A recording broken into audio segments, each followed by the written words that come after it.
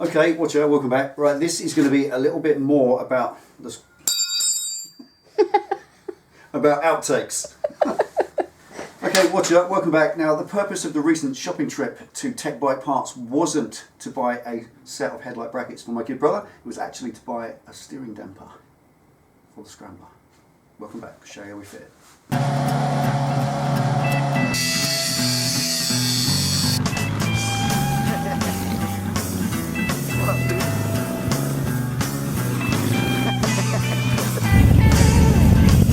Okay, so what is a steering damper? If you've never seen one, that is what they are. A steering damper is a hydraulic ram in simple terms, and any hydraulic ram has an amount of resistance. There's oil inside there that forces its way through little holes, and that causes a resistance as that ram slides in and out. That's what that is, and the reason we use one is you fix it between the steering head itself and the frame. So that what it does, it slows down the action of the steering and it gives it a little bit of resistance. And this has been something that's been around, oh my goodness, since probably World War II. If you look at old army dispatch bikes in World War II, they would have a screw. In fact, any old vintage bike you look at, if you look on top of the headstock where the main centre nut is, you'll often find a wheel, sometimes as big as your palm, and you turn it, and as you turn that in, it would give resistance to the steering to stop it shaking coming out of corners. Now obviously modern bikes, modern frame geometry is such that the average bike doesn't really need a steering damper. However, sports bikes, anything that steers a little bit extreme, that does benefit from the addition of a sports steering damper. They can fit in all different kinds of places. The fancy ones, Ducati MV, that sort of thing, they'll fit them up the top, they'll make them an engineering feature. There are some really cool digital box type ones that now go on top of the steering. Very, very exotic, but honestly, this is a Triumph Scrambler. This is design technology from 1960s. It really doesn't need it. It's going to trainers on your granny. All you need is a basic steering damper, and this is one from TEC Bike Parts. I'm just going to show you quickly what it is. There we go. Trying to find it. That's it. Adjustable alloy steering damper. Okay, TEC Bike Parts, $79.99. It fits in here. Now, you can buy them in different colours. This is a gold one because I thought it looked cool on the black bike. It's a little bit of a feature. And it goes somewhere like that. It's ever so easy to fit. I'm going to show you how to get it fitted to the bike.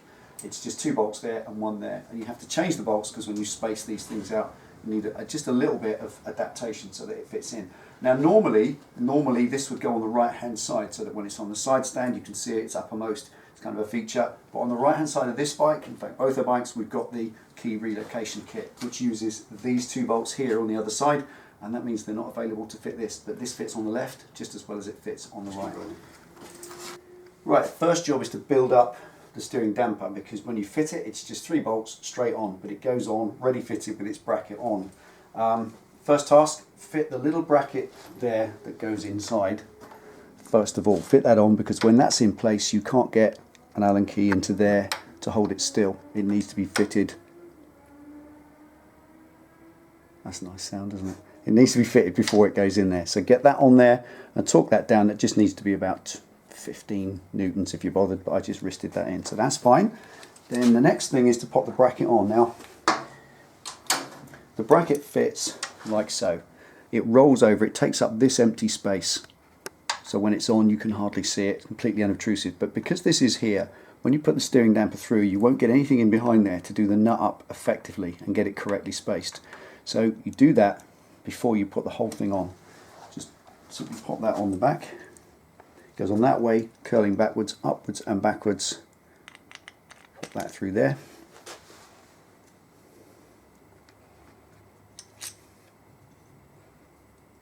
That one first.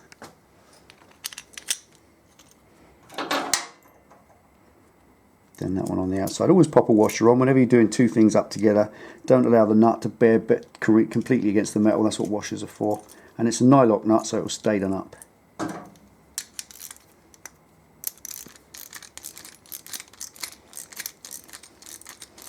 Now, as you see, there's an element of adjustment there, but just give yourself.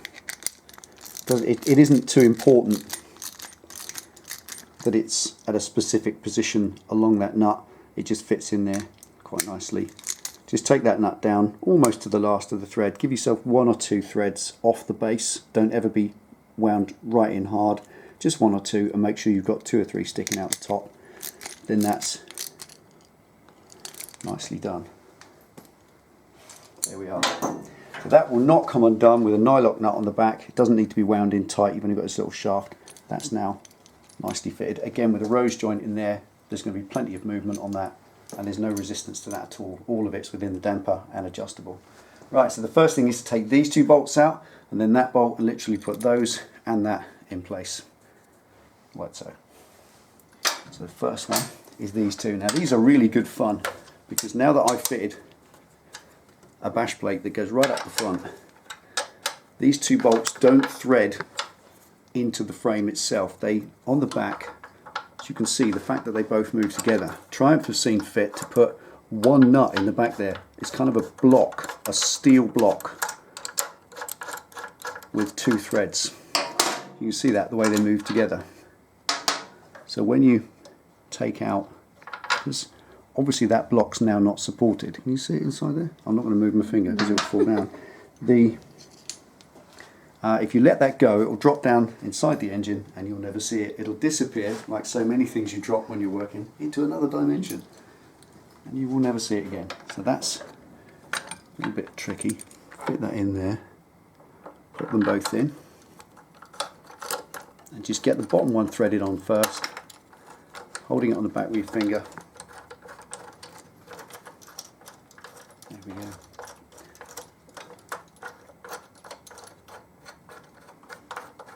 And it should slide straight home. Now, as you can see on the back of here, we've got two alloy spacers in place to keep this off the frame, which is most important. You don't want it leaning against the frame. There's about a 6mm gap when it's in place, which is brill. It's not even that much, is it? No. It's about 3 or 4mm, but it doesn't touch. So, as we like to do with all these things, torque settings. Torque settings on these are important. If you have not worked on bikes much and you don't really know how the feel for things goes, then these are 55 Newton meters, these frame loop bolts. Bear in mind they've got the engine going through this loop here, all the way back, bolted on underneath there and at the front, and the whole thing comes out to remove the engine. So they are important, they're very important. They add to the torsional stiffness of the frame, as does the engine all bolted in place. So it's important that they're done up correctly. What's more important is they're done up evenly. There's two of them, and with anything that bolts into one block, very much like a double bolted bottom yoke where you have two bolts one above the other, very much like the Suzuki Bandit, you'll find that when you do one up, it loosens the other. So it's important to go at them like this, one at a time, and just get them to the same torque setting. If you're using a torque wrench, click click each time, just go back to the old one and you'll find it will loosen off.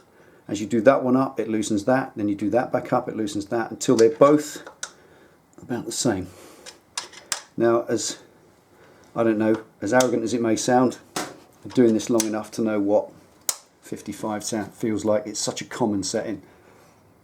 What's more important to me is that they don't move, but I don't want to overdo them, I don't want to over tighten them. There we are. I did the same on the other side, and at the end I will now marker paint those. So give them, if you're worried, just get a torque wrench. Personally, I know they're correct. If I put a torque wrench on them now, they'd be about 55, 60, and that's absolutely fine. And in the end, we'll just put a dab of marker paint on each one, and I can keep a visual eye on it. And the same goes for this. This, up here, this is your bottom yoke pinch bolt. As you can see, that goes in there now. That's the other fitting, very obviously where it goes. So we take that bolt out completely. There we are, look folks, that is factory. And that is because this is a cast iron yoke, and that's what the iron against the stainless steel's done. It's just a little bit of that. So what I'm going to do with these, on this one, I'm going to pop a little bit of anti-seize on that, because that is obviously the result of water getting in down behind this cast iron thread, and I don't want that rusting up and corroding and expanding, causing any problems. So I'm just going to dab some anti-seize on that first. Okay, now you can use copper slip if you don't have any of this. This is just Rocol anti-seize compound, and you just need the tiniest dab, and nothing much. Now there's a couple of reasons for this. Obviously, so it doesn't seize, but it inhibits rust. The presence of this in the thread will stop that from rusting, and it is quite important that it doesn't. And the other side as well, if you have a torque setting on everything, any torque setting you like, the setting will be on a lubricated thread. So when you put the thread in and you lubricate it into place, it slides in. If it's lubricated, you'll get an absolutely accurate torque setting. And on the pinch bolts, that is quite accurate. It's always quite important. So first of all, you get a little alloy spacer that goes down inside there so that this bracket can bear against that. It would be no good at all for that to bolt there. That would be real bodgery and crap and rubbish and not the way to go at all. A little alloy spacer that comes in the kit, that fits in place there. You see it, Ben? Mm-hmm. Then that goes against the back of it. Just get that in there, hang on.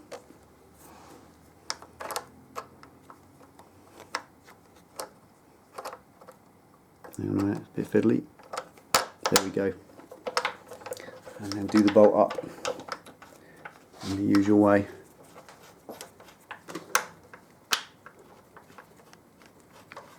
And that slides in nicely, you get a lovely fit. Okay, so here we go. Right, and all we're going to do is pop a hand around that, because doing that up, as you can see, it's moving that. So what I'm going to do is literally grab hold of that, give it a good old welly, and do it up. It's 27 Newton meters, which is about there. That's fine. And what I'm going to do with that, as I always do, just making doubly sure, little touch of dragon's blood on the top of the bolt. Always make sure it's not moving. Same goes for these, top of the bolt, little dab of your favourite colour. Tipex is just as good if you want to use white, and that just means they both face upwards and you can tell what way they're going. They're not going to both undo, so if one of them moves a bit, see where it's going. So there we are, steering damper. Now these are adjustable. You've got to make sure you've got a little bit of room there, and the adjustment is achieved through this wheel here. You can turn it one click at a time, and it gives you 7 settings. I think let's have a look. 1, 2, 3, 4, 5, 6, 7, 8. So 7 or 8 settings in that. We'll set it somewhere in the middle. And now all I get to do is I'm going to drop this off the bench and show you how it actually works, show you it in action so you can see what it does and what it's all about.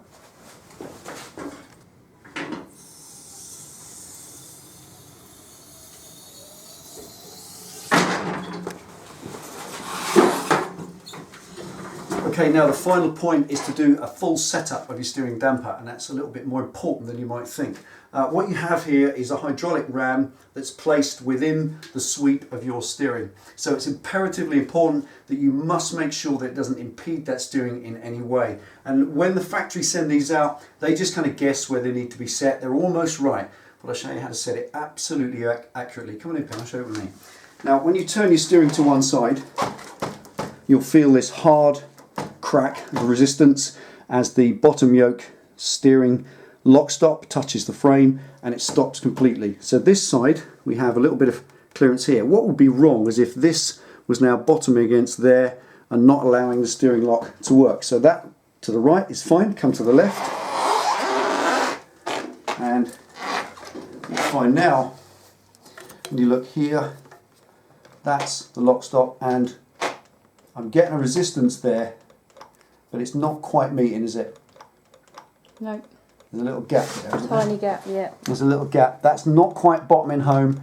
So what's happening instead, if I come around this side, can you come around? Mm-hmm. What's happening is this shoulder here is bottoming against the body before you're reaching full steering lock. So the easiest way to adjust that, very simply, this tube slides up and down. It is adjustable. What you do is underneath there's a little lock nut which is a 14mm.